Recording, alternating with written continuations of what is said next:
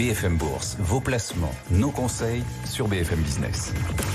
Et on va continuer justement de parler des thématiques d'avenir. Pour une fois, on ne va pas parler précisément d'intelligence artificielle. On regardera aujourd'hui plutôt le potentiel des logiciels spécialisés, les acteurs les mieux positionnés pour surfer la digitalisation des secteurs d'activité. C'est Marie Valaïs qui vient nous en parler. Sycomore Asset Management. Bonjour Marie. Bonjour. Ravi de vous retrouver. Déjà, il y a logiciel et logiciel. Vous distinguez deux catégories de logiciels, vous. Oui, on va distinguer les logiciels qu'on va dire horizontaux, donc qui vont servir tous les secteurs de l'industrie, des logiciels qu'on va qualifier de verticaux, qui vont être spécialisés pour un secteur, par exemple spécialisés pour la santé, la réglementation, le bâtiment. Est-ce qu'on a déjà une idée de ce que sera la taille future de ce marché des logiciels ? Concernant la taille du marché des logiciels, oui, on a des estimations. Par exemple, pour Gartner, ils vont estimer qu'à la fin de l'année, donc en 2024, ça devrait être 1000 milliards de dollars. Donc c'est quand même considérable, c'est un tiers du PIB de la France.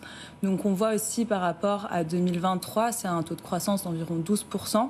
Et si on regarde plus spécifiquement au niveau des logiciels spécialisés, là c'est UBS qui donne des estimations, on voit que c'est à peu près en ligne avec un taux de croissance de 10 à 12%. Donc c'est pour ça que c'est très important de bien se positionner en termes d'industrie et sur les acteurs qui vont être les mieux positionnés. Alors il y a une dynamique, une problématique aussi qui est propre au logiciel, qui nécessairement peut inquiéter, peut questionner, c'est toutes les histoires autour de l'utilisation des données personnelles, des lois en Europe qui sont très strictes à ce niveau-là, puis partout dans le monde.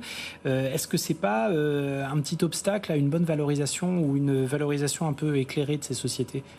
C'est vrai que c'est quelque chose qu'on va regarder généralement pour les logiciels, toutes les problématiques de données privées, de cybersécurité. Mais pour nous, il y a une vraie opportunité. Peut-être que je peux d'abord parler généralement de l'opportunité du SaaS et après revenir plus spécifiquement sur les opportunités des SaaS verticaux. Si on regarde d'abord les opportunités du SaaS en général, donc c'est tout ce qui est les logiciels en tant que service, on voit que ça a plein d'avantages. Déjà, premièrement pour les clients, ça a des avantages en termes d'accessibilité avec le cloud, ou bien on va avoir des mises à jour qui vont être continues, avec plus de valeur ajoutée. Deuxièmement, pour le fournisseur de logiciels lui-même, ça a aussi des avantages de prévisibilité, puisque avec ce modèle de licence, ils vont savoir de manière plus prévisible les revenus, et ça permet plus de stabilité, même en période de ralentissement économique. Et troisièmement, aussi bien pour les fournisseurs de logiciels que pour les clients, ça a des vrais avantages de coût. Alors déjà, parce que l'hébergement et la main-d'œuvre, c'est centralisé. Mais deuxièmement, aussi en termes de main-d'œuvre. On voit aujourd'hui qu'il y a de moins en moins d'embauches de développeurs de logiciels. Et notamment depuis le Covid, si on regarde les chiffres, on voit qu'aujourd'hui, les embauches de développeurs par rapport au Covid, c'est 40% de moins que pré-Covid et 70% de moins qu'au pic du Covid. Wow. Donc en fait, aujourd'hui, pour que les entreprises puissent bénéficier de tous les avantages de la digitalisation, il faut qu'elles fassent appel à des logiciels qui vont être spécifiques à leur secteur d'activité. Oui. Mais il y a cette question de la cybersécurité, c'est-à-dire que plus on s'équipe et plus on dépend des logiciels, plus on s'expose aussi, comme le disait Antoine, à des attaques. La dépendance, des attaques. On l'a vu aussi cet été, à un moment où tout était stoppé, c'est le cas. Mais on pense qu'il y a quand même des avantages, et notamment si on regarde plus spécifiquement sur les logiciels verticaux, le SaaS, on va avoir des avantages avec donc des fonctions qui vont être plus personnalisables, plus spécifiques. On va aussi avoir des avantages en termes de données. Justement, ces données qu'il faut protéger, mais le fait d'avoir des données qui vont être spécifiques à un secteur, ça permet aussi d'avoir des produits qui vont être plus intelligents. Bon, un taux de croissance annuel énorme. Est-ce que tout ça n'est pas déjà pricé ? Est-ce que ce n'est pas déjà valorisé par le marché ? Le potentiel à venir de ce marché des logiciels, et dans un instant, vous nous livrerez une ou deux idées de valeur. Pas forcément, puisqu'on pense qu'il y a quand même des opportunités de croissance quand justement on regarde le secteur d'activité, donc l'industrie qui va être avec le plus de taux de croissance, et parmi elles, avoir le meilleur acteur. Parce que quand on a le meilleur acteur de chacun de ces verticaux, ils vont avoir les plus gros clients, donc développer les solutions pour le plus gros client qui vont pouvoir ensuite vendre à tous les clients de l'industrie. Alors du coup, sur quel acteur est-ce qu'il n'est pas encore trop tard pour investir ? Je peux donner deux exemples. Premièrement, peut-être un vertical qui nous semble très intéressant, c'est celui de la construction. Et ici, il y a une valeur qu'on va suivre qui s'appelle Procore. C'est une valeur américaine.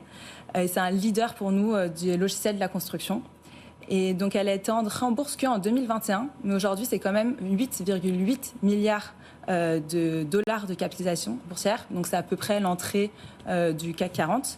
Et c'est un logiciel qui va aider les entreprises du bâtiment à être plus efficaces, donc de construire de manière plus durable, de réduire les émissions carbone, réduire les matériaux qu'on va utiliser, les déchets, et surtout d'améliorer la sécurité des ouvriers sur le chantier. Et là, on voit qu'il y a encore des opportunités parce que Procore va communiquer tout de même sur un marché de 10 milliards de dollars. Donc là, on voit qu'en fait, quand on a des opportunités avec de l'économie réelle qui sont spécifiques, on peut avoir des niches sectorielles pour les logiciels pour se développer sur ces segments-là. Procore, donc une idée de valeur, et puis une autre idée de valeur, ça va être sur le segment de la santé. On a Viva Systems, c'est aussi une entreprise américaine. Elle a été fondée en 2007 et c'est le principal fournisseur de logiciels cloud dans le monde sur la science de la vie. Donc là, ça va être tout ce qui est les besoins de ces 1200 clients, de la R&D à la commercialisation, en passant jusqu'à la conformité avec la réglementation. C'est 34 milliards de dollars, comme Capgemini, et on voit quand même encore beaucoup d'opportunités de croissance avec des marges de 40% et on pense 15% de croissance en 2025. Pas mal, effectivement, une marge de 40%. Viva, V-E-E-V-A, voilà, et Procore, également coté à Wall Street. Deux idées de valeur que vous détenez dans vos portefeuilles pour investir dans les logiciels. Marie Valaïs et ses équipes de Sycomore Asset Management. Je vais y arriver. Merci beaucoup, Marie, d'être passée nous voir.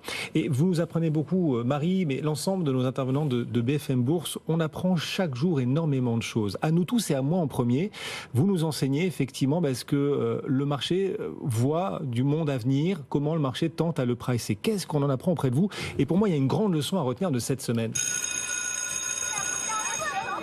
Oui, c'est un peu comme à l'école, c'est très personnel, mais j'apprends et je m'instruis aussi grâce à nos experts. Pour moi, leur leçon de la semaine, c'est que l'intelligence artificielle va encore nous surprendre. Un nouveau fonds IA a été annoncé cette semaine, un fonds d'investissement lancé par BlackRock et Microsoft. C'est comme si Taylor Swift et Beyoncé s'alliaient pour remplir un hippodrome.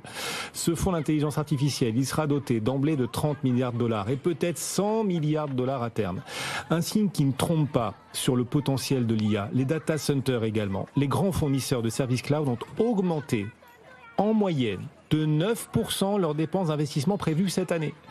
Et le patron d'Oracle va plus loin. Alors là, le chiffre est absolument incroyable. Il dit qu'Oracle pourrait construire jusqu'à 2000 data centers supplémentaires. 2000, alors qu'Oracle n'en détient aujourd'hui que 162. Le besoin est tel qu'Oracle prévoit d'utiliser des réacteurs nucléaires pour alimenter ces data centers. Ça, c'est Christophe Pouchois qui nous le disait hier pour la financière de l'échiquier. Il nous le disait dans Thème d'avenir. Le replay, d'ailleurs, est disponible sur notre application BFM Business si vous voulez le réécouter entièrement. Autre annonce cette semaine, Alibaba. Alibaba va lancer, vous êtes bien accrochés sur certains, vous avez mis votre ceinture. Alibaba va lancer une centaine de modèles d'intelligence artificielle, tous accessibles en open source, une sorte de service public de l'IA. L'IA reste l'avenir. Le problème en bourse, c'est le timing. Le marché veut maintenant des preuves de retour sur investissement. Le marché consent à rêver si ça améliore tout de suite son quotidien.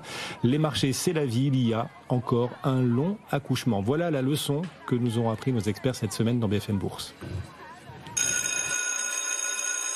Pas inintéressant, élève sommaire, vous avez raison. La voix des marchés est trop souvent ignorée en France. Longue vie à BFM Bourse. Mais, élève sommaire, si je puis me permettre, il vous reste quand même encore beaucoup à découvrir. À vendredi prochain pour une prochaine leçon.